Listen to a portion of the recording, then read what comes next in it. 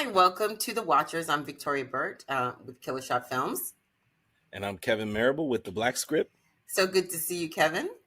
Yes, it's always great to see you, Victoria. How you doing? I'm okay. I have to say I feel I'm having an inferiority complex because I can't figure out why my camera is only 780 and you have to be 1080p.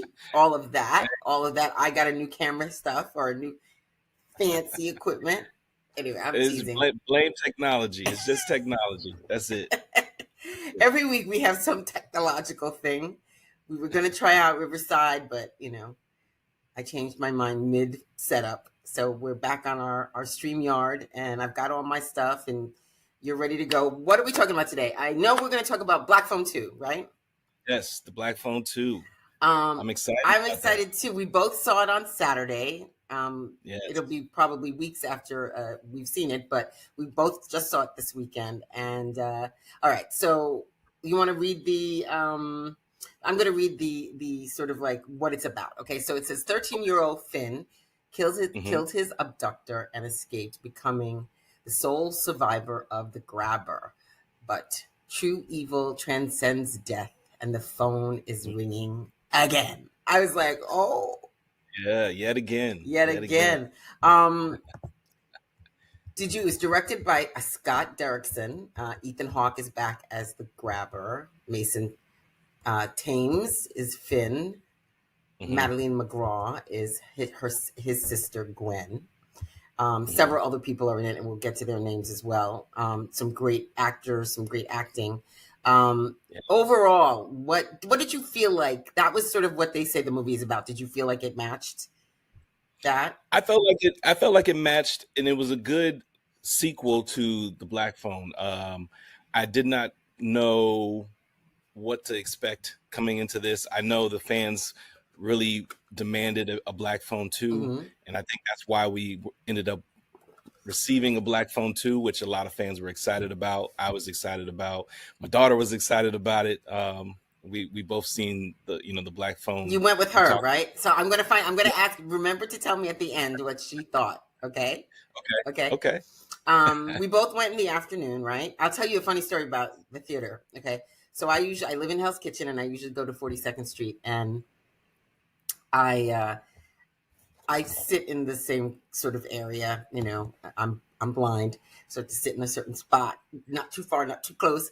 And I sit down at the theater, and there are a lot of a trailer comes out that looks really great, but it had a really weird font. Like I couldn't read the font. Oh, I know which one. Okay. And so I turned to the person sitting next to me, and I go, what was the name of that movie? And she goes, she tells me the name of the movie, and she goes, One Battle After Another? I was like, what? She's like, I sat next to you in One Battle After Another. Oh, wow. I said, what? She goes, yeah, I was on the other side. She goes, I said, you were the girl, because we were hooping and hollering. I was like, you were the girl? I said, what's your name? Her name is Ashley. Okay. So, what's up, Ashley? Hey, how you Ashley. Doing? I was like, oh my God. It was so random. I literally went at like 1:00 in the afternoon on a Saturday. Listen, that's probably like the time, the peak time, prime time. Next time we go to the movies, you're going to meet up with Ashley again. You never know. I just thought that was in New York City. Yeah. The last time she went to the movies was that movie, when she went to see the One Battle After Another. And I was like, well, we didn't do a lot of chit-chatting. At the end of the movie, we said goodbye, and it was like, if I see you again, I see you again. Wonderful. But it's such like a New York moment, and especially like in a scary movie. It's nice to have somebody to go, oh my God, talk, because I will occasionally, even though I hate it, like verbalize thoughts in a movie theater. No, but what are the odds that you two would meet up again, same movie theater, same time, and reconnect? And I'm sure this is not going to be the last time. But that was IMAX. This was Dolby. It wasn't even the same theater. Like, that's okay. It's crazy. Ashley. Yeah. Hey, girl. As luck would have. So, what were your overall thoughts of the movie? So I will say, in the beginning, the different transitions between, the clear visual and in the grainy visual, I was like, okay, what's happening? What is this? Obviously, I know it's set in the 80s, early 80s, I want to say. But then there's some time jumps as well. And we begin the film where a young girl is at the phone booth. They're in the middle of Colorado. It looks like they're in the middle of the mountains. It's snowing. Like a phone booth off the lake. There's a phone booth in I the was middle like, of really? nowhere. Okay. Yeah. And, this young girl walks into the phone booth and she picks up the phone, has a conversation. You don't know who's on the other end in the beginning. Mm-hmm. And all you can hear is what this young girl is saying in response to what the person is saying on the phone. And then they hang up the phone and then they walk out, and that sets the tone for the film. Yeah. And you really don't know where it's going after that, because then it goes back to modern day or 1982 or whatever the year is. And then it's back to Mason, who plays Finney Blake. Yeah. He's at school, and he seems like he is constantly fighting off people who pick on him, give him trouble, hound him about being abducted when he was younger. Yeah, I think it was an interesting start to the movie, because it was it was a very, very different location, and it was a very, very different era. Obviously, I don't even remember if there was a slate, but clearly from the clothes, and that there was that there was this Superman phone, by the lake I was like, okay, so what's happening here? I just went with it. You know what I mean? I don't know what you thought of Black Phone, the first one. I loved that movie.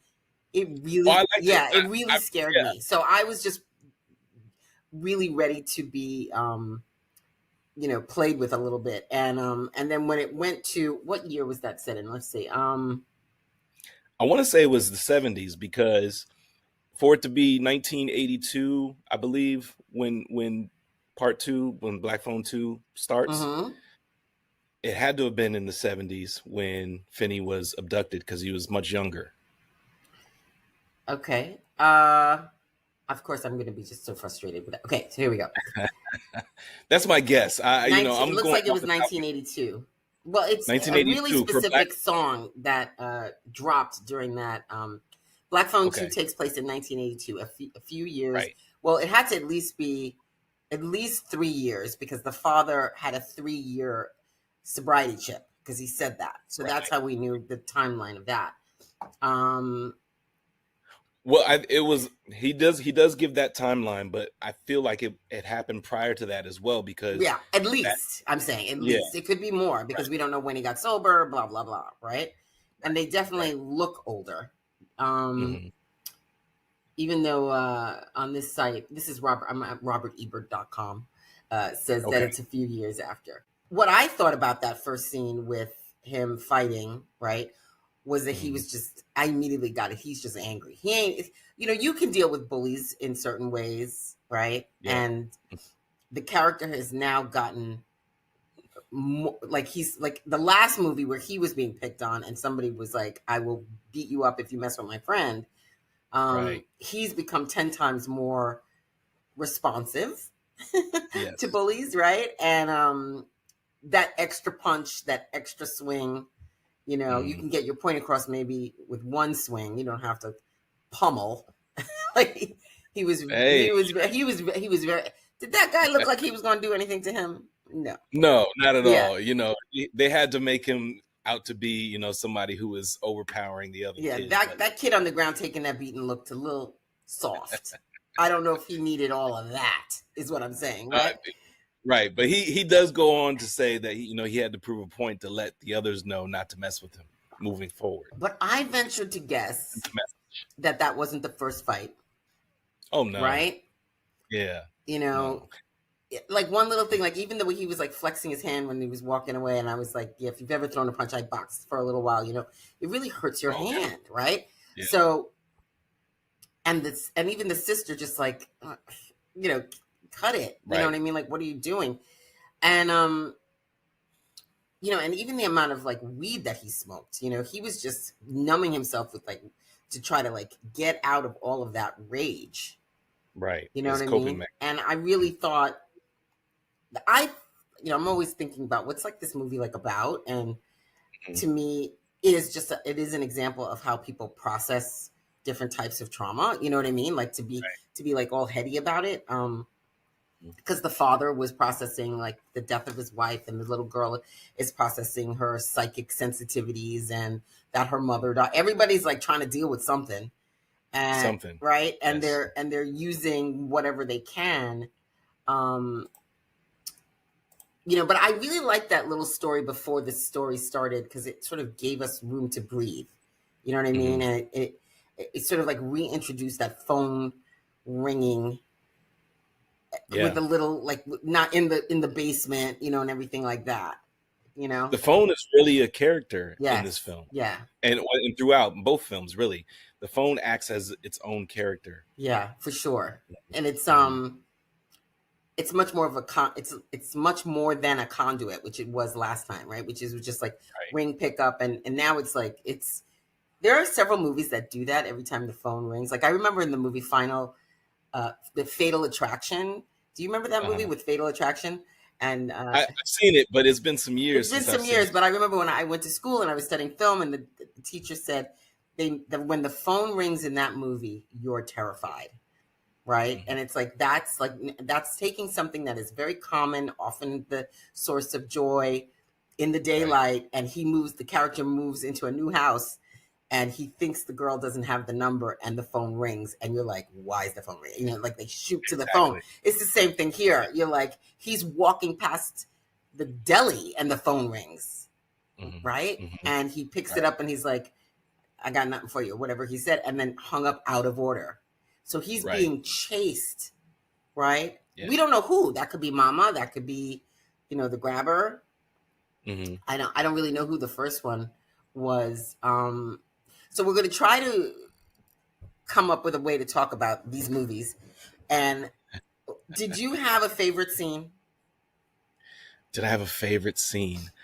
I would say the favorite scene in this film probably was the first time that the grabber um, reveals himself in full to the young girl, Gwen. Madeleine, who plays Gwen, Mm-hmm.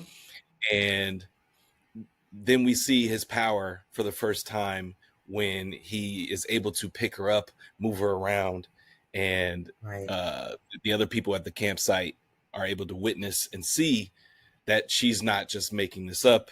It's not all in her head. Something is actually Happening. Yeah. happening and taking place. Yeah. Yeah, I thought that was really cool. It was like he's not just whispering through a phone. He's not just like Right. haunting from a distance. He's full on, Freddy Kruegering. He's full on, you know what I mean? Like Yeah. moving them around and spinning them around, and interactive ghost. Interactive. Yeah.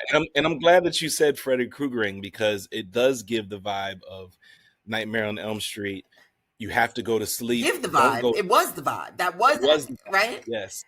It really was a harkening back. Homage. It was an homage. Do we say? Yeah.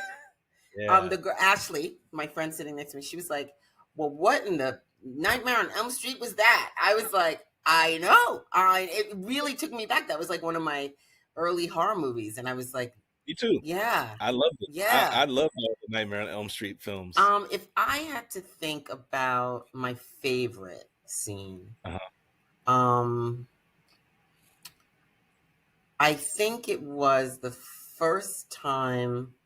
Okay, I can never just pick one thing, but I'm going to pick the first time that I went on right now was when they decided to go up to the camp, and they Mm-hmm. cut to the car, and he's smoking a doobie in the car, and the music drops, and the Mm-hmm. music is another brick in the wall. Okay. That little sequence was so fire to me. I was like, all right, all right. And I had heard somebody say that wasn't like the original. There's like versions of it, and that was another version of that song, or another cut of that Oh. song, which is very cool. But my favorite scene, that to me is more like a sequence, right? Was when the father comes up to Colorado, right? There are several moments in the movie where the hero, they're almost like two heroes, right? There's the Gwen Right. and Finn, right? And both have to like accept the journey's call, right? That's like a thing in storytelling. And they finally get up there, and then the third character becomes the father, where he comes up, and now they have to decide to like stay and fight Wild Bill, The grabber. right? The grabber. Yeah, Wild Bill. Wild Bill. Yes. And I loved that scene because it wasn't just, let's get him. It was like, come leave with me. And she's like, no. And he's like, I don't want to be angry. And mom didn't kill herself. And just them coming together as a family to fight. Right. This ghost, this demon of trauma, who is responsible for everything. And feeding off of other deaths that was giving him power. Right. I loved that scene. I did. Did you, between all those sort of leads, right? We have the grabber, we have Finn, we have Gwen. I loved Mando. Mando, was that his name? Mondo. I loved that guy. I loved him. Yeah, Mondo. Yeah. Did you have a favorite character? I can't say that I had a favorite character. If anything, the favorite character might have been the grabber, only because it's in this film you don't necessarily root for the villain, but in some cases you do root for the villain. But I feel like I went to see what the villain was going to do, or what the grabber was going to do in the Black Phone 2. So in that case, I would say it was that. Outside of that, there were a few moments where there was some humor in there, where especially when Gwen and Ernesto were in the bed. That was the same kid that played the kid the last time. Oh, okay. I didn't even put two and two together. I figured most of the cast was the original cast. Yeah. I didn't even pick that up. Yes. But when they were in the bed together and they were kind of confessing their love, and then Finn was awake and he caught them at that moment, that was pretty funny. Miguel Mora is his name. Yeah. Am I beautiful? Hysterical. Right. Yeah. That's such a, but also their justifications and their motivations for doing things really felt real. Like he was like, I want to protect my sister. Right. And that felt really real. All right. So, if I had to pick a favorite character, it has to be Finn. I liked his angry, pissed off. The anger side. Yeah. The anger side. Yeah. I liked the way they sort of set him up. I liked the weed thing because, he was just trying to shut it down. Anywhere he could, he was and if you noticed, he got more psychic sensitive when the guy took his pot. Right. Yeah. Because he was more clear at that moment. He wasn't following his brain. So, I think so. I mean, I thought that, acting wise, they were all fantastic. Right. There was nothing that character did. Let me put it to you like this. There was nothing that character did that I went, oh man, nothing. I just really enjoyed every single time he was on screen. He felt authentic. He felt funny. Yeah. I bought his the only thing I remember thinking was, your sister just slept. Okay, so let me go into some of the things that I didn't like. Okay. Or I didn't buy. One of the things that I thought when the first time I thought it was when she sleptwalked to the house, the grabber's house. Right. Okay. The little writer in me went, that house wouldn't be there still. They would have knocked it down. In the exact way that it was. With a fence. Yeah. Right? And I just really thought they would knock that down. It was a private house. It wasn't, but all right. I said, okay, let it go, and it wasn't close. It wasn't like two houses down. No. So your sister is a sleepwalker. And she walks a country mile and climbs down the window. And then he walks in and he's like, that was a really good moment when you heard the steps coming down and it turned out to be him. Right. Right. But then because you didn't really know what to expect. I was like, what's happening? But then Finn was like, wake up, no one said, what are you doing here? Nobody like had like a little beat of a conversation. So I was sort of like, the sleepwalking thing had some stuff for me. Like you and I said, Nightmare on Elm Street, right? Yes. We I feel like they had to drive it home, but they drove it home a little too They drove much. the car too hard. Yeah. Yeah, they didn't have to. And outside of that, to your point, the sleepwalking did become a little bit much, to kind of set up how the grabber comes into reality, right? Yeah. But then the other thing that kind of I felt like they pushed too hard on was the graininess, the picture graininess. Yeah. I felt You like didn't like that. It was too grainy for Okay. me. Okay. That's interesting. It, I didn't mind the 16 mil look to, yeah, I really loved the fade into reality. I liked that. me I too. I like. did like that, where it would kind of morph back Now, and forth. do you mean you didn't like how long? Because I thought they were too long. You didn't like how I thought long? they were Okay. I didn't like how long they were, and at the same time I didn't like how much grain was in those shots. Mm-hmm. It just visually, it felt too grainy to me, and it felt like it dragged on too much, where they could have shortened it to give more impact. And it still would have told us, okay, she's in the dream state, and this is why this is happening, because she's still dreaming. And over time, you're like, okay, I can now differentiate between reality and dream state. But early on, I was like, what's with all this pixelation? Yeah. I don't understand. I got it very quickly, but I didn't love it. Okay. So I thought, oh, this is, they're making a choice here. They're saying, okay, 16 mil, whatever. Yeah. Grainy film stock. And it's not like I thought they actually shot 16 mil. I would have to look that, I don't think they. I don't know. But yeah, I actually just thought it was too long, and maybe that was a byproduct of the film stock look. Maybe that's why I just thought, okay, let's go, let's move past this. But when I think about each beat of, I go, well, what would you cut? Maybe just everything just needed to be shortened just a little tiny, little tiny bit, But okay, but what I loved was, I liked how she was so activated, right? Like, I liked Ernesto. I liked that she spoke her mind. I liked that she was, unafraid to speak and say what she thought, that she didn't sort of get gaslit easily. Like, I thought she was a very like modern girl for the even for the time period. Like, she was uber modern for 1982, right? Or 85. Right. And even though this was more so, it started with Finn, but this is really a Gwen story. Yeah.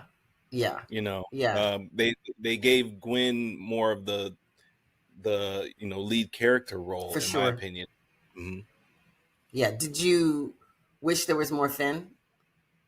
No, I was wondering how they were going to the continuation of Black Phone. I was wondering how they were going to do that, and the fact that they brought on a whole new story, completely different vibe, different location. It builds a world to where, okay, I can see how this can continue on. If this one is successful, then there could be a Black Phone 3 and 4 or 5. Can there be, though? That's an interesting question. There can definitely be a Black Phone. All right, 3. hold that thought. Don't lose it, though. Okay. I also felt like, back to something I didn't love, I also felt like we didn't need a snowstorm. We didn't need to be in The Shining. Right? Now I know why, isolation, blah, blah, blah. But right. Yeah. Okay. And here's the biggest part. And again, it's a cabin in the woods. I know, it's all very like tropey. But like, here's the thing. I was like, if let's play the game that, let's say it wasn't snowing, and let's say the other camp counselors did come up. Let's say 3 other people came up. Right. Think about this. Nobody died in this movie. Exactly. I was like, we got a horror movie, ain't nobody die. Yes. If they had given us, it's just fall, or whenever it was, spring, whenever it was, I don't even know what time of the year it was, but it was enough that it was snowing. So maybe it was like April or March in Colorado. Right. Maybe it snows up there. And let's just say it was just cold and maybe only 3. I mean, how many people are really trying to be camp counselors? Yeah. Right. Now I was really expecting one of the two other counselors, the Of couple, course. that somebody was going to end up dying, or even Mondo, Of course. especially that one scene where Mondo is communicating through the CB radio or the analog radio, and he's able to communicate back and forth. I thought something was going to happen there. I don't understand the thinking behind nobody died except for the people that were already dead. I was like, interesting choice. So if you had taken away the snow where the other camp people couldn't get up there, right? Yeah. You could now kill those people. Yeah, but see, I now have a thought, Yeah. and an idea as to why they didn't kill any of the other Why? people. The grabber only went after children. Well, I mean, yeah. Oh, wait a minute. Yeah, you caught me there. No, but Okay. we're just thinking. I get Overall, the grabber only went after children. Right. There was only one instance where the grabber had to cover their tracks. Right, but here's the thing. The grabber is now grabber 2.0. He doesn't care. He's just like, I want to protect my power source, these kids in the lake. Mm-hmm. And if there had been 3 other camp people up there, right? Now we're really Friday the 13th, right? Yeah. And you have more camp people up there. You can have one person that's fully funny is like, I'm going the hell home. I would have loved that. Right. That would have just been funny. If somebody just actually said, you know what, I'm breaking out, and just left, and then maybe came back and tried to save the day, right? And then one other person who got took out. Now we're afraid. Now there's somebody who's actually dying, and who knows what but just like, I didn't understand why they needed that full, that full isolation, like the shining isolation. I was like, my goodness gracious. They had to trap him there. Yeah, no, but they didn't. You know what I mean? Like, they didn't. They could have had. I mean, like, look at, like, again, one of my favorites is like Midsommar. Look how many people are in that movie. Like, you can have a lot of people in the broad daylight, and it could be quite frightening. I'll tell you another thought that I had. You mentioned the couple. Mm-hmm.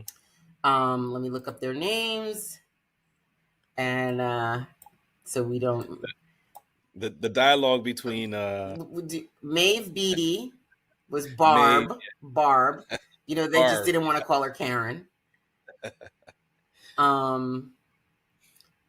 And Graham Abbey is Ken. I've seen him somewhere before. I'd have to look up where. Yeah, they both seem pretty familiar. Yeah, I'm pretty sure I've seen them in other. They projects. were funny, and they should have died if they were going to just be that level of quip, sort of cliche stuff. But here's what I thought should have happened. Okay, stay with me. Okay? I'm listening. I'm ready. One of the other things that I bumped up hard against, like I said, was that she would just fall asleep. Girlfriend was falling asleep on a sled. Right. She was like, it'd be like you and me having a conversation. I'm just like, but I just knock out. Right. I was like, I think at that point she realized her power, but nobody falls asleep like you that. don't.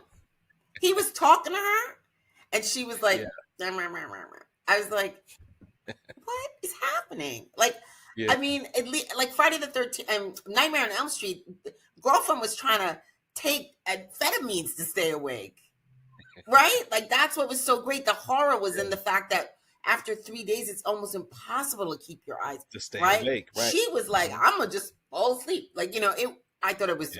I was irked by that. Like, at one point in the movie theater, I just was like, come on now. She just fell asleep on a sled. Yeah. In the freezing cold.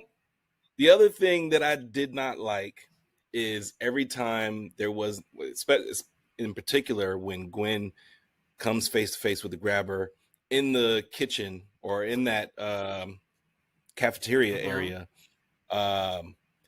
everybody was just a bystander. Nobody really decided to jump in and help her. Try to grab her. Flinging through the air until Finn came busting through the door. Yeah. Even then he hesitated, which that's obvious when you see somebody. Yeah. You don't see the grabber, you just see that person flying around. But after that initial shock, wouldn't you want to try to pull her down, help her out, do whatever? I mean, someone's about to be thrown into the oven. I think maybe you True. might want to hold their foot. Steer clear. Yeah. I don't know. To your point, I mean, like grab them or jump on them or. It just felt like in every instance they kind of were bystanders, and the camera would solely focus on whoever is going after the grabber. But then you're wondering in the back of your mind, like, okay, well, what is Ernesto doing? What is the couple doing? I didn't even remember if Ernesto was there. He was sitting next to Gwen when she just. Okay. He was sitting right next to her. All right, so here, and they told him to just stay put on that. Yeah. On that. No, literally, he said, "Make sure she doesn't go to sleep." I think. Right. Yes. And then he walked away. And she was like, I was like, what? Enough to dream? We're talking past like the first or two stages of sleep into REM? Yeah. They could have done that better. Well, here's what they could have done. I thought about it because I kept thinking about it. I was like, what would I have done? And I thought, okay, you got Barb and you got Ken. When we first met them, I thought, because the concept of like someone like Bill is that they came from somewhere. He's not like an actual demon, right? So I thought, was this where he was hurt? Is this where he was abused? And could Barb and Ken abuse him? Yeah, it had something to do with it. Okay. Right. Then that's why they didn't want to give up the information. That's what I got suspicious, right? I was like, they didn't want to give up the information because they are the reason. They were the abusers that caused the abuse, right? Yeah. So that they were drugging her. And that's why she kept falling asleep. That yeah. That would have been interesting. Every time they were in the cafeteria and when they were eating and all that, you never saw who prepared the food or anything like that. They could have made it to where it could have been some Get Out like tea thing. You know what I mean? Like, here's the tea. Like I was just like, why are these characters here just for like some funny shame jokes about her being in the boys' cabin or calling her a demon? Even when they were shown the old picture of them, the whole, they were there. They were all there.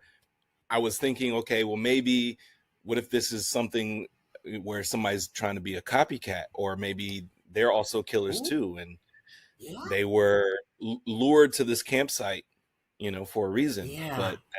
But that never transpired. No. Yeah. So I mean, just because I really, really bumped up against the sleeping thing, and I was trying for the last, like the next day, I was like, what could have that been? That it could have been like a drug.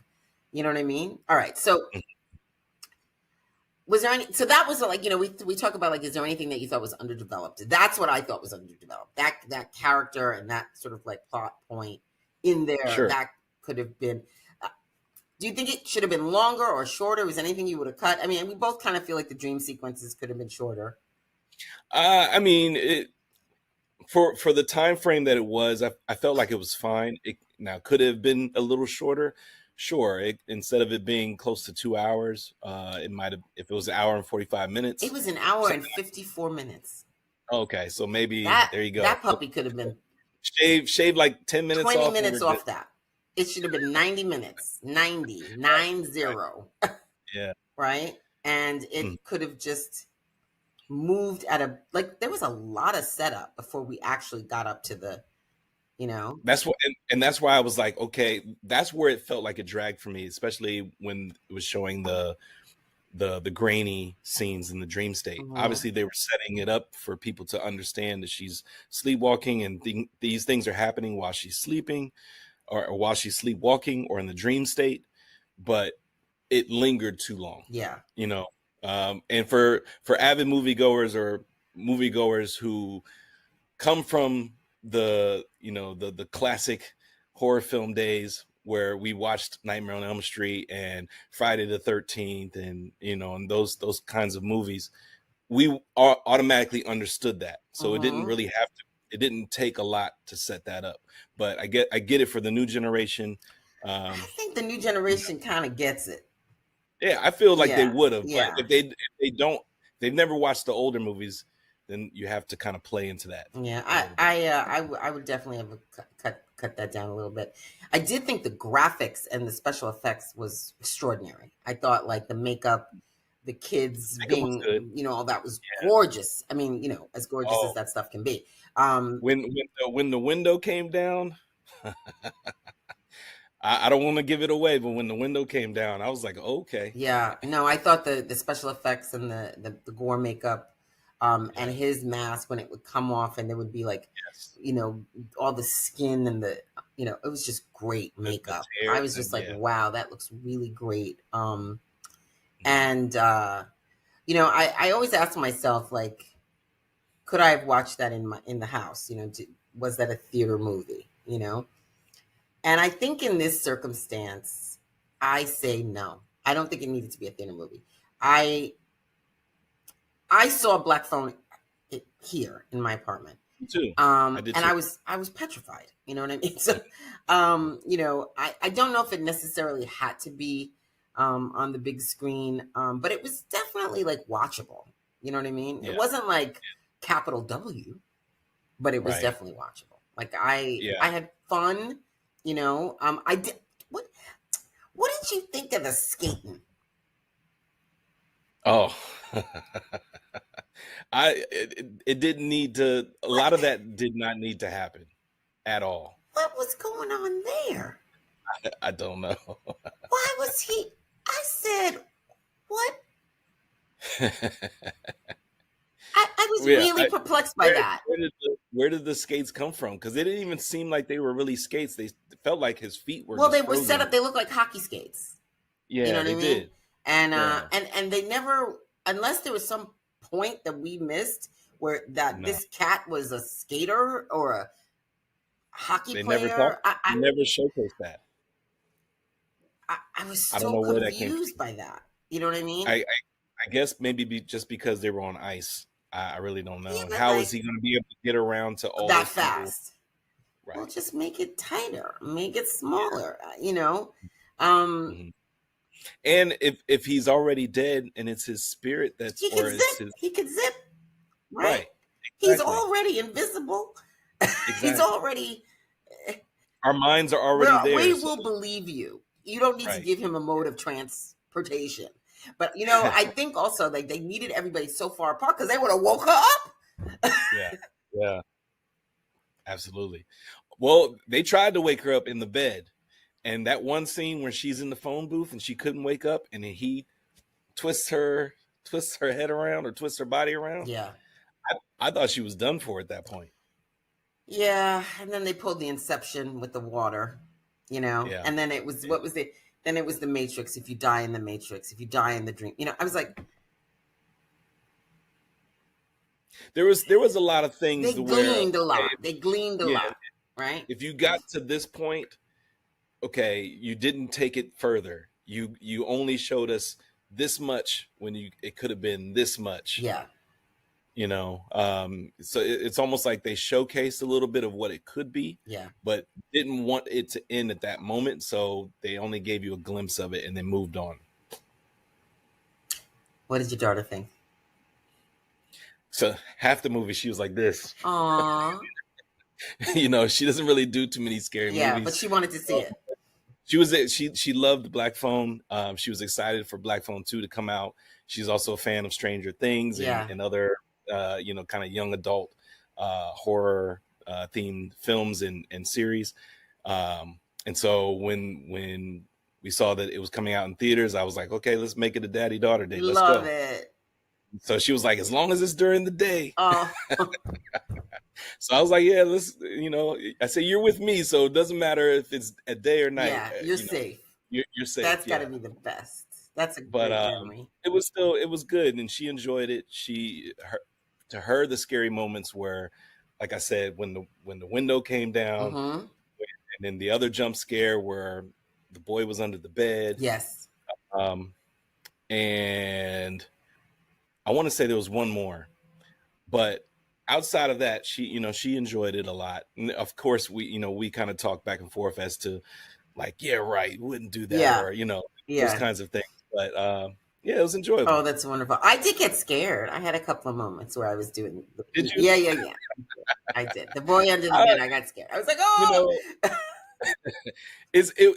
Even though I don't do a whole lot of horror films, nothing in this really scared me. Mhm. The jump scares, you can, in most films today, you can kind of feel when it's coming Yeah, yeah. because there's music and then it gets dead silent right before the jump scare. So you can kind of catch it, but yeah, this didn't scare me. It was enjoyable enough to where I wasn't frightened, but I understood what was all happening and taking Yeah, place. I got tense. I got tense when that scene when she was in the basement. Why she was in the basement, we already discussed. Yeah, But when the steps, yeah, that got me tense. I was tense. I was like, oh my god, what's happening? right, yeah. And so I definitely watchability, yes, Yes, yes, and I would also venture off to say that I see why this is. I would say that this is movie theater worthy, mm-hmm. but some of the execution they could have done different. Yeah. Like I'm glad So I went. You know what I me mean? too, Yeah, I'm glad I me went. I'm too. glad I saw it in the theaters. I enjoyed, myself. Like I enjoyed myself in the movie theater. Was it as good as the Black Phone? No. No, no, Definitely it's not. never going to be as good as the original. Yeah. However, I thought it was clever how they was able to uh, create a new storyline Yeah. and give it more life. Yeah. And you can see they're going after the franchise, but I don't know what they're gonna do. Yeah, I do. You do? You want to share or you want to hold it in? Well, this is my obviously this is my opinion, my assumption. Yeah. Uh, as they're dragging him down, I won't give it fully away, but as they're dragging him Oh, down, I know what you're gonna say. him reach Yeah. for Yeah. the piece of his mask, and he quickly throws that on, and Yeah.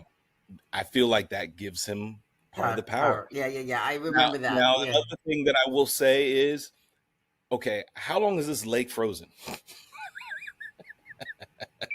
Because the way they set it up, this lake has been frozen. It's like they Forever. were in Antarctica.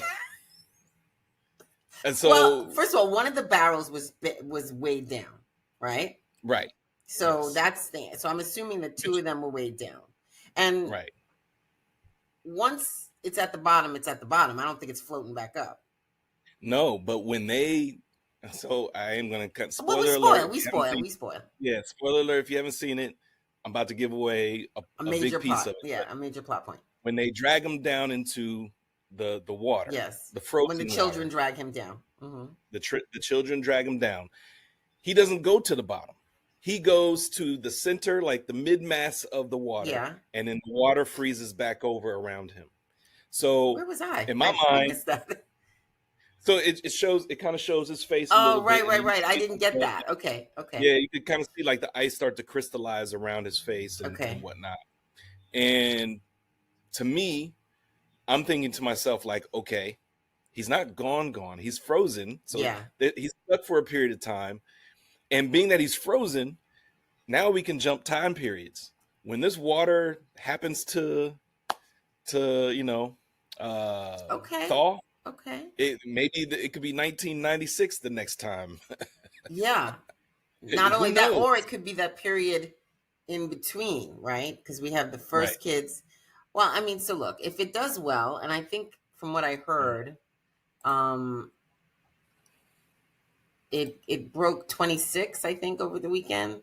Yeah, no, it's doing really well. It got amazing ratings. The audience score was high. A lot of people enjoyed it. Critics enjoyed it. 27.3 million. Yeah, I don't know what it costs to make. Obviously, they had a bigger budget. So we got to see if it breaks even or if it lands in profit at some point. Estimated 30 million. Oh yeah, so it's going to turn a profit. Opening weekend 26. Well, I mean, it's got to do another 60, right? Before it, like, isn't that the number? Strong. I think it'll get there. And I think that there's enough of of a demand and a fan base to where they could at least pull off a 3. Domestic weekend got 26.5 million in 3,500 theaters, a little bit more. With worldwide, it's up 42 million. Yeah. Black Phone debuted with 23 million, 21, but ended up making 161. So, you know, it can do it. The 6th highest opening of 2025 domestically. The Conjuring 84, Final Destination Bloodlines 51, Sinners 48, Weapons 43, 28 years later 30, and then Black Phone. Wow. So it'll get there. Yeah, it'll get there for sure, and I'm sure it's going to stay in theaters through Halloween. Oh, for sure. And you know, and if it's good, and if people like it, people will spread the word and go. You know what I mean? Right. Like, and so to me, I think it's worth going. I think it's watchable. It's almost fun sometimes, even with these little even with these little bitchy, you know, picking nits kind of thing. Right. It's even fun to do that because then the conversation after the movie becomes that. You know what I mean? Right. And I love doing that with friends after a movie. With you, I love doing it. It's like, well, why did they do this? Exactly. Yeah. And it's good. It makes good for good commentary. Be able to pick it apart. Yeah. Try to understand where the director was going, where the writer was going, and see, you know, where they leave it open to where, you know, possibilities further down the road. And that mask is terrifying. We're gonna see that. Well, we're gonna see that. I was gonna say that's another piece of the IP, in my opinion. Yeah. You know, with Freddy Krueger, and you have Jason, and you have the Scream mask, and you have all of these characters. I feel like the Black Phone, the Grabber's mask is it's very good IP. I think it is. Yeah. I think it's, you know, it's on par with the Scream. You know, I mean, I think Terrifier is, you know, very recognizable, but I don't know if people are going to want to. But the Grabber is kind of, it's a little cool. You know, it's a little cool. I don't know why. What's up here that I think that, but I think that. You know, I think it's. I'm looking at it now. It's a little cool, and I think also the soundtrack is for sale, which. Like I said, that one needle drop was wicked. So, you know, I don't know. It's, oh my gosh. And the CDs are like little telephones. I'm going to see if I'm going to get you a still so you can pop it up here in the thing. They look like rotary phones with blood on them. Oh, that's pretty dope. Yeah, that's pretty dope. And you know, if you go to certain theaters, if they're selling them, the popcorn tin is a Black Phone. Oh, I didn't know that. Yeah, I didn't go to the theater to the concession. I brought in my own pretzels. Yeah. You know. Oh, okay. You snuck them in. I didn't even sneak them. I was thinking about it. I don't know. I was running. I was running late, so I was running late. Anyway, so let's take a break. We'll be back because we do want to talk about, like, if this is a horror sequel. We want to talk about what are some of the best horror sequels. Yeah, let's do it. All right, we'll be right back. Welcome back. So we have a list. Was it difficult for you? I was like, I knew immediately what I wanted to say. It was a little challenging, only because a lot of my choices come from my childhood for the most part. I love that. All right, you want to tell me your first one? Sure. I mean, you want to go in order of top to bottom? I'll go in order. So I'll go in order from what I wrote. Okay. Now, the first one that I wrote was not from my childhood, but I thought it was a good sequel, A Quiet Place 2. Ooh. I thought that was pretty good. I thought that was better. I wouldn't say better than the first, but it was a close tie for me. Wow. I thought the first one was better, but I love The Quiet Place 2. Yeah. The first one, obviously, you know, nothing beats the original. Ooh. But A Quiet Place 2 to me was a close second. Close second. And then the you know, obviously A Quiet Place 3 with Lupita was all right, but it wasn't A Quiet Place 1 and 2 for me. Quiet Place with Lupita was day one, right? Day one, yes. Yeah. With the cat. But I thoroughly enjoy all three. Yeah. But as far as sequels go, I would say A Quiet Place 2. That's my first. So that was my first choice. What was your first choice? My first choice is Aliens. Aliens Yeah. was almost better. It wasn't. I wouldn't classify that as horror to Oh, me. I classify it as sci-fi to me, sci-fi honestly. horror. Yes, There's it a is. monster chasing you down. You're terrified. Right. Yeah. Yeah. I enjoy Horrifying. yeah, Aliens to me is a Yeah. classic. Uh, Classic. that movie, directed by James Cameron, because I made notes for myself, and it took. First of all, it like launched like Bill Paxton's career. Game over, man. Right? Like Yeah. all of a Yeah. sudden, um, and that movie was so scary. I remember being in the movie theater and just being terrified when she was on the landing Hmm. and she was getting into the elevator and that she was Yeah. going up to the top to meet, the ship, and then they're not there, and then that my girlfriend got in the elevator and was coming up. Yeah. Terror. It was great. I love those. Yeah. I loved And all of the original Alien Alien. is a horror movie. I mean, like there is so much tension Yeah. and so much fright in that movie. And then they just added the element of full action sci-fi to it. They Right. just married it, and it was just perfection. It was Yeah. perfection. Okay, what's your next one? So my next one would be 10 Cloverfield Lane. Ooh, I thought that was a great sequel. yes. Even though it's a sequel, but it's a movie within itself. It's its own entity, in my opinion. But it lends itself as a sequel Yes. because it kind of plays into that same I don't know what you would call it, dimension or timeline or It's in the same world. It's in the same world. Same world. And Same it's world. There experiencing the same thing, and it's an offshoot, right? It's not the same exact characters, offshoot. right? It's an offshoot. Yeah. Right. Yeah, that was good. Really good. Yeah. And John Goodman, Terrifying. yeah. I never saw him act like that before. So when seeing that movie, I was like, okay, this guy can really act. It's not just Roseanne, Yeah, no, he's a very good actor. Yeah, very good. Yeah, that movie was scary. That movie plays with some things that I almost can't take, like that being, again, it's sort of what Aliens does too, and what A Quiet Place does the opposite of, right? In certain points, especially in Quiet Place 2. Quiet Place 2 is out and about. You're out and about, and you're like, right? These are enclosed. They're it's tight, right? Like you're Yeah. trapped, and you want to be trapped in Aliens, but because you're trying to Right. lock yourself in.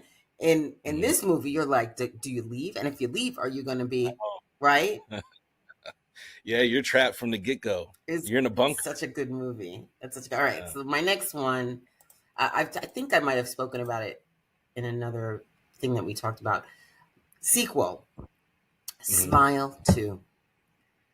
Okay. Yes, we did. We talked about it last time, but I loved that movie so much. I thought, first of all, I loved Smile because it was original. It was a new concept. Right. It was a new fear unlocked, and how the demon presented itself, completely original.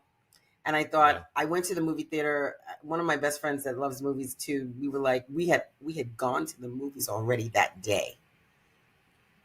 Oh man, he had a double feature. Yeah, and she was like, you want to go see Smile too? I was like, you haven't seen it?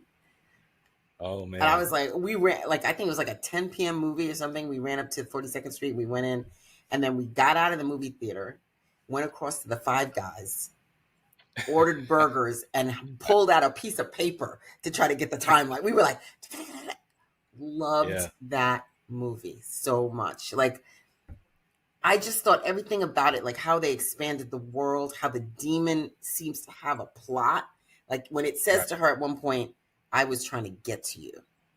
Mm-hmm. So you think about, like, I don't know how, but like, what did it plan? It went to here, then it went to here, and then it went to the drug dealer, then it went to here, and it was like, I don't know if that's what it's saying, but what's real, what's going on? All of a sudden they're on the stage. They were in a Chuck E. Cheese or something like that. Like it was so good. I watched it so many times because I was like, what is going on here?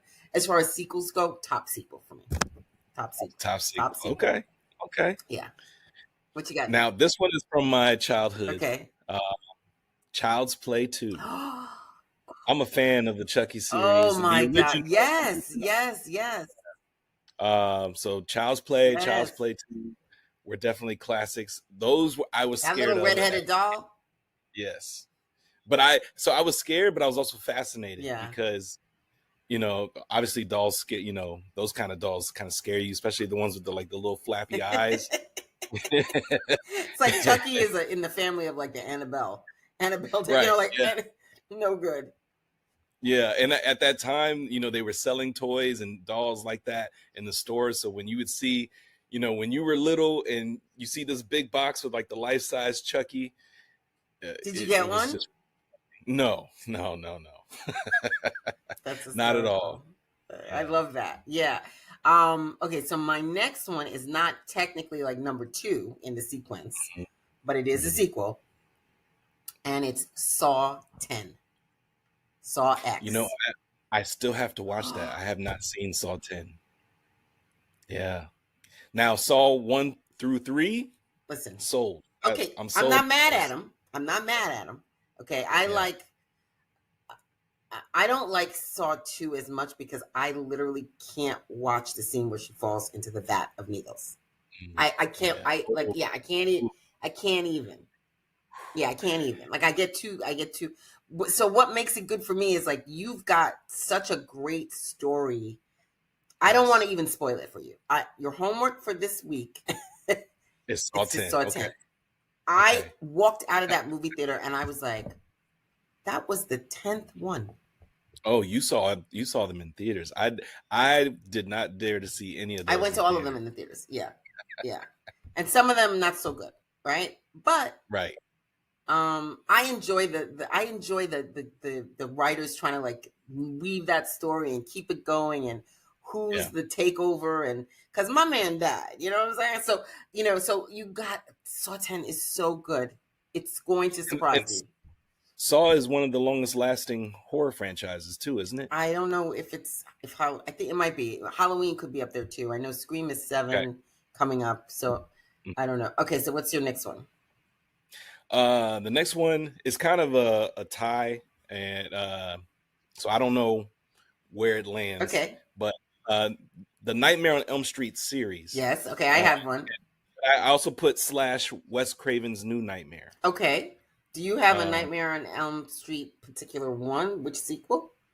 Because I have the sequel. I know exactly which one.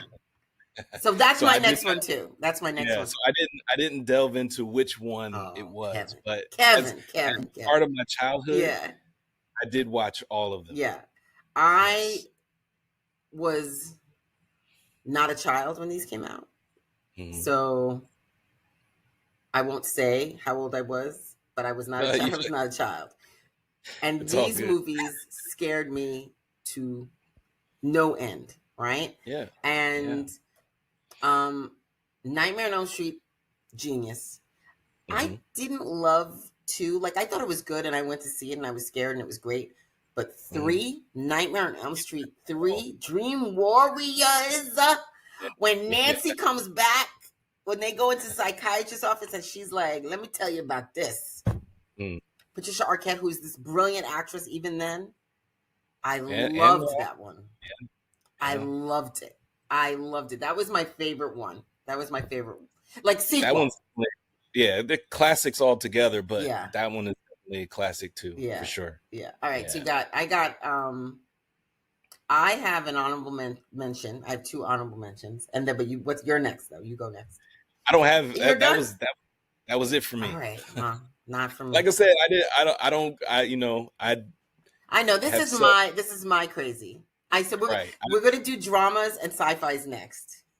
No, but like you're giving me homework, so there'll be more that I will be able to speak on as we progress. Yes. But based on the ones that I have watched, these are the ones that I Yeah, came but back. the next list that we do will have to be a list that you're obsessed with. But it can't be like cowboy movies. Well, no, Oh I yeah, could no, actually, because I do yeah. love Unforgiven. I have a couple of them. There's a few. I have a couple Okay, as well. okay, all right, Yeah. all right. So I, I'll run down the next couple real fast. So I have an honorable mention. So these might have to go on your list. Okay, Happy okay. Death Day 2. Did you Never see seen it. Happy Death Day? Did you see Happy Death Day? No, no. So I don't even know what that Oh is. God, I wish I could see that from the beginning. Okay, so like new, like so, gotta watch Happy Death Day. I'll say Mm-hmm. no more. Just watch that. You'll enjoy it. It is so clever and funny and interesting. Okay. Um, it's sort of like when a horror genre comes up with some fun new way of telling a story, I thoroughly Mm, enjoy it. And so that's what they did here. And then okay. Death Day 2, so it's Happy Death Day to You. So it's like Happy Birthday to You. So that's the Got second it. one. And they pulled it off because I was worried that they weren't going to be able to pull it off. But they did. I enjoy it. It's not on the top. It's not the top 5, but it's an honorable mention. And then the Yeah. second honorable mention is Doctor Sleep, which is the sequel to The Shining. So that's the one with what is his name? Is it Ewan Yeah, McGregor? Ewan McGregor. Yeah. Ewan Yeah, McGregor. yeah. I meant to see that, Yeah, it's but I very never good. got you. It's got a scary female character played by Rebecca Ferguson, I think is her name. Oh yeah. Yeah, Okay. Yeah. and she's pretty terrifying, but badass with a hat and everything. She's badass. But my Okay. favorite sequel after that, and I really had to think about this one because I enjoy this series a great deal, and Okay. I often will waffle on my favorite one, but I landed on Scream 4. Oh. Okay. Okay, Yeah. so I Scream love 4. Scream 4. Scream was Yeah. just like next level, like scary movie. It like reinvented the genre, right?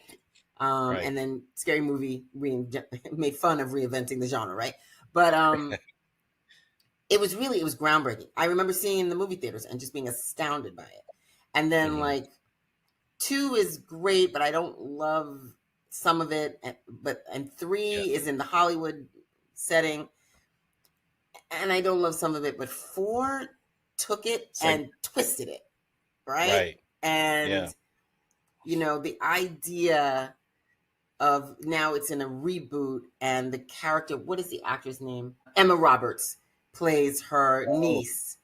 Did you see Right. did you Right. see it? Do you remember? No. Emma Roberts. She was in Plays 4. Yeah, she plays um Nev Campbell, Sydney Prescott's Okay. niece. So Sydney Yeah. So Prescott wrote a book, and right. I remember. Yeah. so you saw. I just didn't remember that it was Emma Roberts. Oh That's yeah, all. okay. So you know what Okay. happens. I didn't want to spoil it. I was Yeah. already like, let me shut up. Sometimes you watch movies and then you go back and you see it again or replays on TV, Yeah. and you're like, I didn't realize that that's who that was. Yeah, she's really good. And when girlfriend, spoilers, when girlfriend goes full whoop whoop Right. and throws herself around the room, I was like, Right. this is next Yeah, level. those are great. It was so good. All right, so we want to close out. What are you excited about? Anything? So I have a few movies that I'm excited about. Okay. Well, one, I'm excited because I'm a fan of Tessa Thompson. I'm not quite a fan of these type of movies, Okay. but it's Tessa Thompson. The director is Nia DaCosta. It's a remake or a adaptation. It's called Hedda.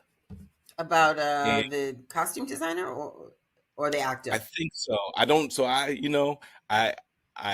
uh, post about it. I don't really know all of the details. Okay. But I'm a fan of Tessa Thompson, so I included that in there. Another film that I'm excited for, A House of Dynamite, which is Idris Elba and Rebecca Ferguson. We just talked about her. Exactly, yeah, and that is almost like a war drama, or it's almost like has to do with not necessarily the end of the world, but what happens when you push the red button and you don't have much time to react. So that's called A House of Dynamite.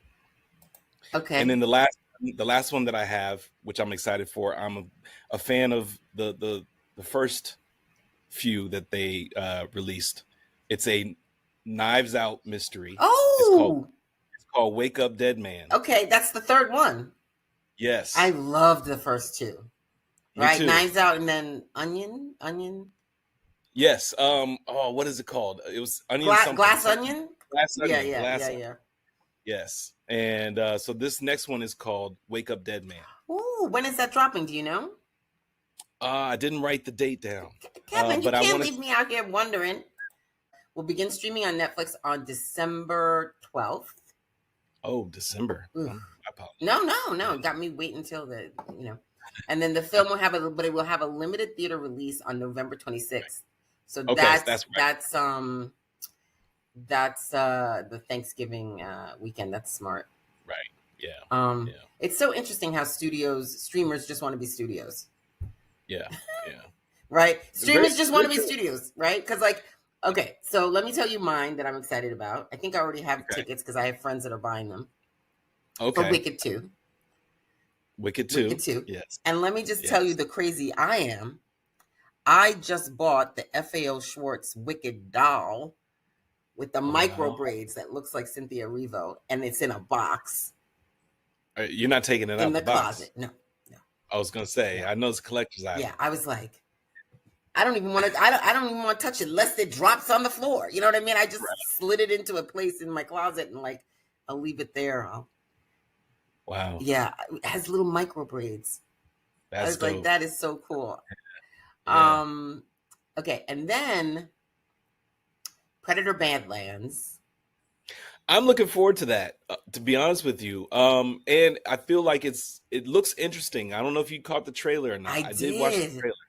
That's how I remembered it was coming out because I try not to get into the trailers too much. Yeah, but I went into the movie theaters and I was like, oh my God, that Prey movie was amazing. Oh, Prey was great. Yeah. Prey was great. So this I like this great. because it's from the Predator's point of view. Yes. Yes. It looks so good. Right. The trailer was on fire. I was like, this looks amazing. And I really I like this actress. Elle Fanning plays an android. And then I don't know how to say his last name. Demetrius Kolamatangi. Yes. So I didn't know. I looked into that as well. I did not know who he was. Yeah, I've seen him before. Okay. Yeah. But you wouldn't know it. I thought that this was probably going to be CGI or, some sort of visual effects. But if this is him and this is makeup, and they're doing something with that. Yeah. And the world that they're building, especially in the previews with all the monsters and everything that he's fighting, it looks great. It looks fantastic. It looks really, really good. Yeah, I'm pretty excited about that. And then I saw this trailer on Saturday. Okay. And I immediately thought, I know where you're going. Yeah, Begonia, yes. I'm so grateful that I would have missed this. I would have because I didn't know anything about it, and bad on me. I get screeners, so I'll start to get the screeners, but so I wouldn't have probably missed it. But I want to go see it in the theater because I love the director. Yes, and this is Emma Stone. Mm-hmm.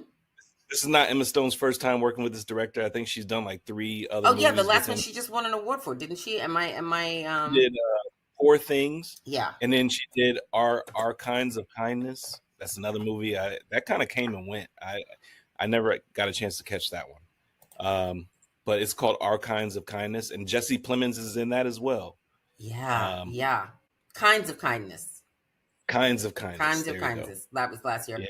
And then Poor Things, which was brilliant. Yes.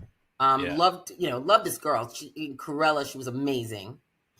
Yeah, this trailer looked so good. And the premise. Right. Yeah. I didn't know what was happening at first. I was like, what is this movie about? Then she's the CEO, she's this narcissist, and then they kidnap her, and they're like, we know you're an alien, and you start to go, is she an alien? Exactly. You're wondering, like, wait a minute. Are they misleading us on purpose? Right. Love it. Right. Right. Yeah. So it's Emma Stone, Jesse Plemons, blah blah blah blah blah. Blah. It's a whole lot of wonderful. There's another young man that is Stravos Halkias.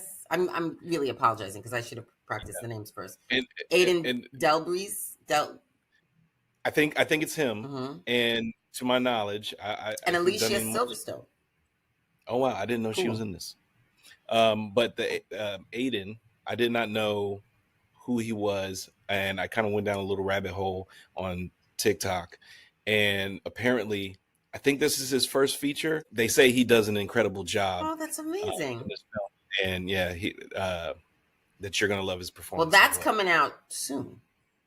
Very soon. That will, maybe we have to do that next, right? Yeah, because that's coming out in October.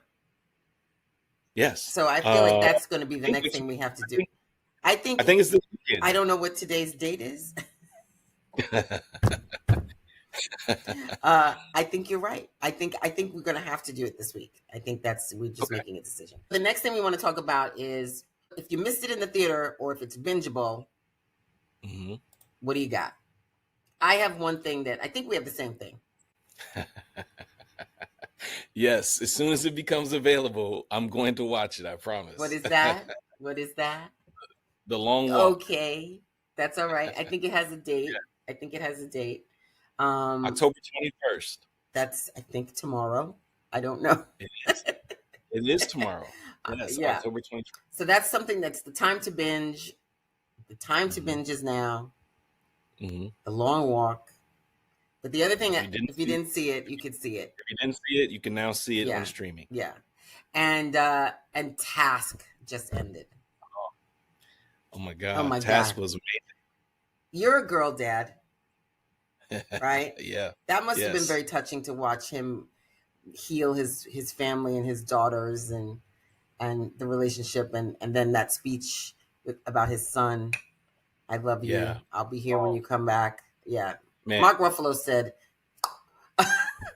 Listen, I've always liked Mark Ruffalo, but lately I've really been paying more attention to how strong of an actor he is, because everything that I've watched him in hasn't always been about strong acting. But when it came to this role, you can, with how he talked, the facial expressions, showcasing his age, you know, that he's on the verge of retirement, but he's still, he gets sent back out on this one last case. And it also dealing with the trauma of losing someone, but also navigating what it's like to have two daughters who you're at odds with and a son that's in prison.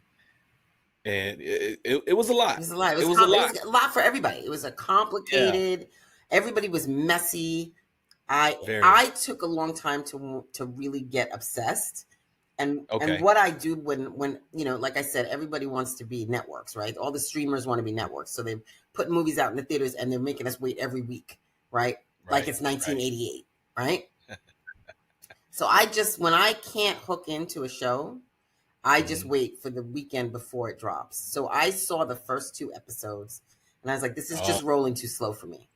So then Saturday, Friday night, I started watching, and then Saturday I watched and a little bit more. I mean, it was only 7 episodes, so it's not even that much, Which is a strange number to end on, because I thought it was ending at 6, and you told me there was one more episode. Yeah. I was like, wait, what?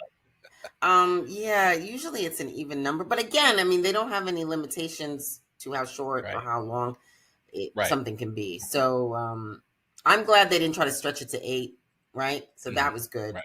And I'm glad they didn't rush it either. You know what I mean? To try to condense it down to get it to 6. So they just went to 6. Like at the end of the day, who cares? I just was happy that I could just battle through them and watch them all. So what do you got? What are you going to suggest? So I'm going to suggest there's 2 that I want people to check out. The first one is The Final Frontier. It stars Jason Clarke. It's on Apple TV, and it's a plane full of convicted felons and killers. Con You Air? know, It's Con almost Air? Con Air. Yeah, That movie it's just is it. Con Air is and it. they're all on the flight, Okay. and the flight takes off, and then it happens to land in the middle of nowhere, Alaska, right?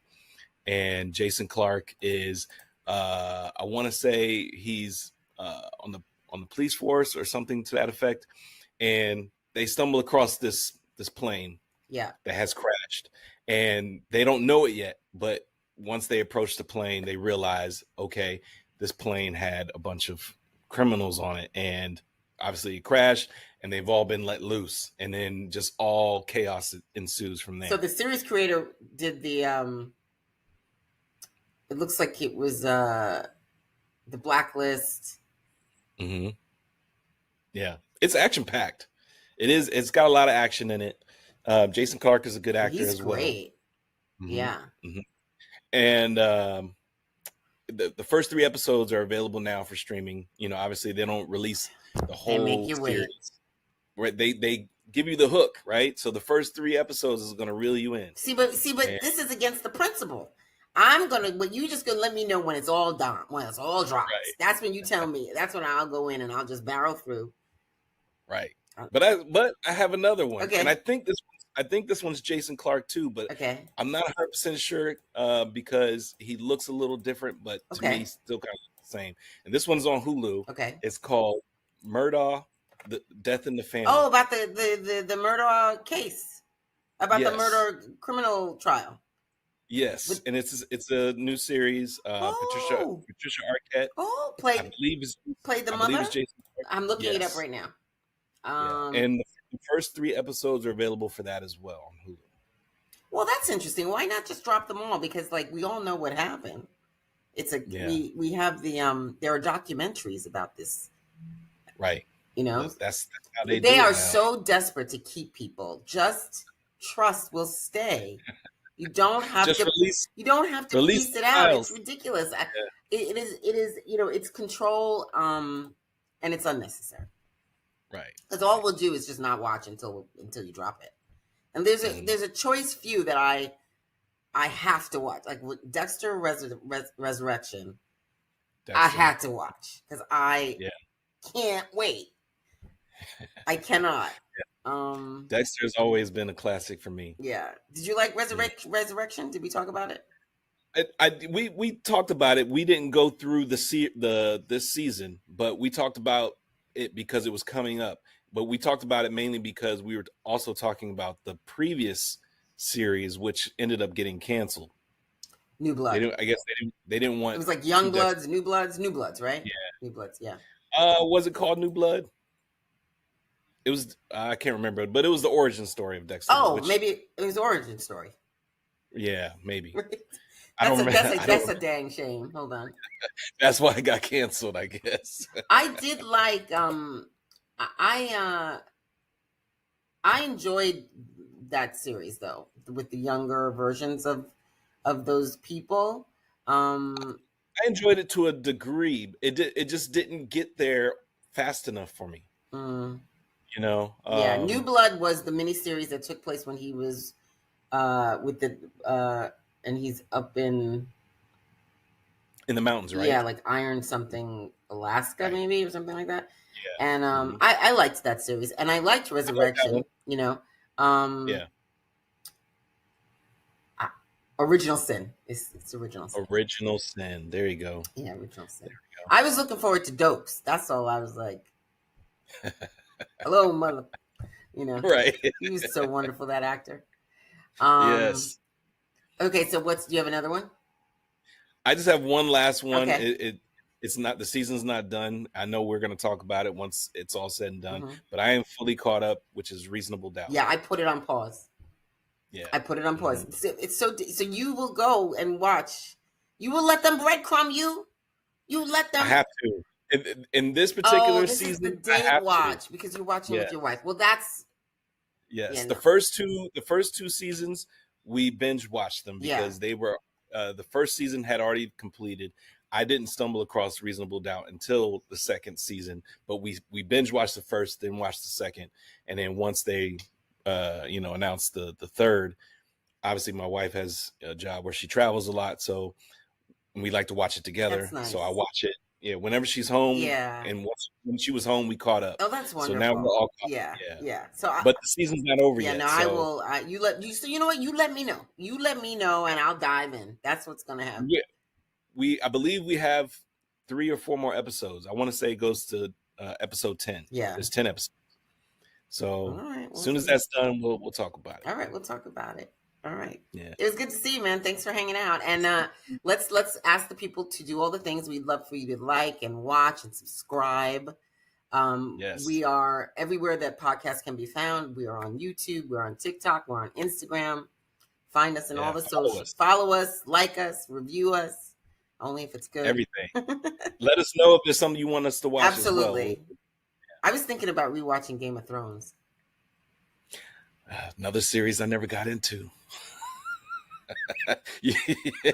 The more I reveal, the more you don't like me. No, that's not true. That just means the more you get to see for the first time. Oh, do you understand the joy of watching season 1 of Game of Thrones for the first time? That's epic. That's it. Now listen, but if you're not into that kind of, I was gonna say I gotta, but it's good. I know it's good. I know it was popular. A lot of people talked about it. Yeah. I just never got into it. Yeah. That just wasn't me. Yeah. And there's some shows that I do like that's kind of like that, but I just never got into Game of Thrones. If I can get you to watch the first few, I think you probably could. It really is very, very good. I'm not going to say every season is very, very good, but the first season is very, very good. And then the 1 through 4 are pretty much perfect. Yeah, I was going to say for quite some time, people were saying that every season was. Yeah, 1 through 4. It's when they ran out of the books. So the writers who were writing the series were adapting the books, and then they ran out of the books, and then they just went rogue. And there's I literally just went to dinner with friends this summer and saw Downton Abbey. Okay. And after we went to the movies, we all sat around and we got into a full-throated argument about Game of Thrones. About the last episode. My friend's wife liked it. I do not. And we were like, no, blah, blah, blah, blah, blah, blah. It's fantastic. It's fantastic. She made some great points. I have to say, she made some great points. I don't agree, but that's okay. Yeah. That's what it's about. It's like 7 seasons, right? My gosh, I feel like there might be 8. Am I making it up? I might have. Game of Thrones. Man. 8 seasons. Seasons 8. Yeah. I pretend season 8 didn't happen. I pretend season 8 is going to be remade. Yeah. Once, and they're giving them some new. I don't know if they're spin-offs or they're. House of Dragon. Very good season. Very good episodes, but not bad. I don't know. I'm gonna let you marinate. It took me a little while to get you to watch something else I can't remember, and then you were like, "It's great." I was like, "I know." Yeah. Well, I do have homework. I gotta watch Saw 10, so I'll watch that first. Especially if you've watched the first couple, right? You've watched like what? Okay, so you're gonna like it. Yeah, you're gonna like it. So that's it for my list. Yeah, that's all I got too. That's all I got. Thanks so much for hanging out. Yeah, absolutely. And I'll see you over the weekend because we're gonna have to talk Begonia. Let's go. And see if it's watchable. I'm sure it's gonna be watchable. Oh, I'm sure it's gonna be watchable. They're already talking about it's watchable, so we'll see. Bye, Kevin. See you later.